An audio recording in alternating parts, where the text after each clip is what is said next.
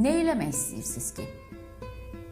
Yenə də deyirəm, bizim şəhid polkovnikimiz sağ olsaydı, onun balasını siz belə dəfn eləyə bilərdiniz, eləyə bilməzdiniz.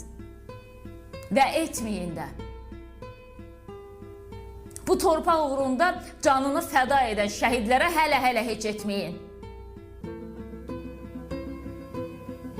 Və o qədər adam yığılıb orada.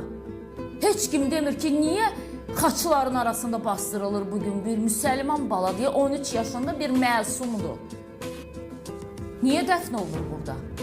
Əvvəlcə şəhidimizin övladının dəfn olunması üçün konum deyirlərdi o yer. Atılır Hacı Şahinin məzarının yaxınlığı və bir qisim insan ora gedir. Deyirlər ki, burada dəfn yoxdur.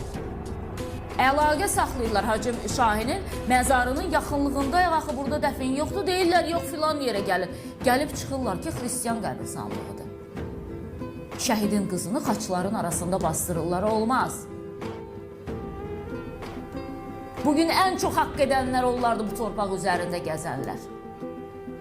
Şəhidlərin kiçik övladları, hansı ki onlar hələ atalarının adından istifadənin nə olduğunu bilmirlər. Onlara hörmət qoymalıyıq, bəli. Şəhidinə hörmət eləyənə hörmət qoymalıyıq, bəli.